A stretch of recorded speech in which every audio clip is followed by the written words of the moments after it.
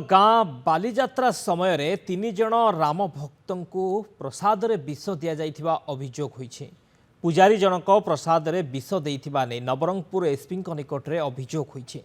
सूचना अनुसार नवरंगपुर नंदाहांडी ब्लॉक एकम्बा ग्राम रे गत मे 26 तारिख दिन बालीजात्रा अनुष्ठित होइथिला। बालीजात्रा परंपरा अनुसार गाँ मध्य पटुआरा परिक्रमा समय रे बालीजात्रार मुख्य भीमाणी मूर्ति को आनिबारे विलंब होइथिला, जहाकु नै किछि अप्रीतिकर परिस्थिति सृष्टि होइथिला। परवर्ती मुहूर्त में ग्रामर किछि चक्रांतकारी व्यक्ति दिशारी द्वारा 3 जन राम भक्त को प्रसाद सेवन करने देइथिले। प्रसाद सेवन पर 3 जनक स्वास्थ्य अवस्था बिगिड़ी जाइथिला।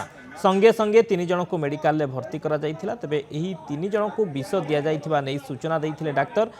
सुस्थ होई समस्ते फेरिबा परे नवरंगपुर अतिरिक्त एसपी को भेटी दोषी को गिरफ्त करने को दाबी करथिले राम भक्त।